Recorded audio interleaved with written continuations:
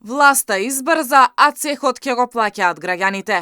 Експертите со критики за политиките на власта кои сериозно ќе удрат по џебот на граѓаните.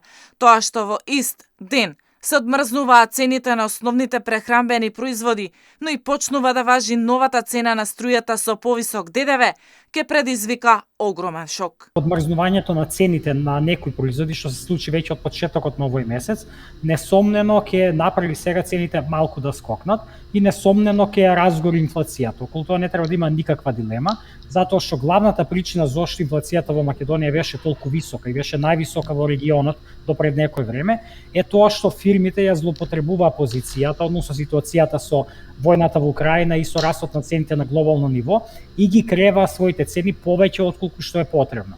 Само за илустрација, глобалните цени на храната се во пад веќе десетина месеци на светско ниво на светските берзи, ама цените на храната во Македонија во тоа време, во тие 10 месеци, порасна за околу 30%. Значи не е дека храната во Македонија поскапува затоа што храната глобално поскапува, туку храната во Македонија поскапува затоа што нашите бизнисмени, македонските бизнисмени ги креваат цените повеќе отколку што е потребно. Брзите и непромислени потези на власта според Јовановиќ може да предизвикаат дополнителен инфлаторен шок. Ваквото сценарио во услови кога македонските граѓани едвај ја преживеа годината со највисока инфлација во Европа е премногу ризична за и онака кревката економија. Значи струјата нема многу да поскапи, таа ќе остане на исто ниво, но нема да има намалување како што вика владата, сега не ја намалуваме цената.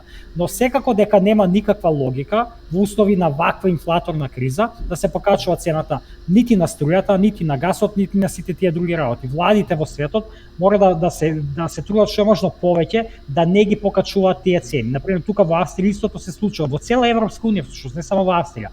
На крај на минатата година во декември на ниво на ЕУ се донесе одлука да се замрзне цената и на гасот и на струјата и сега во ЕУ нема раст на цената на струјата од декември до сега. Значи Јовановиќ вели дека цените ќе почнат да паѓаат само кога побарувачката ќе падне, што значи кога луѓето ќе престанат да трошат, што пак ќе резултира со намалена вработеност и пониско производство.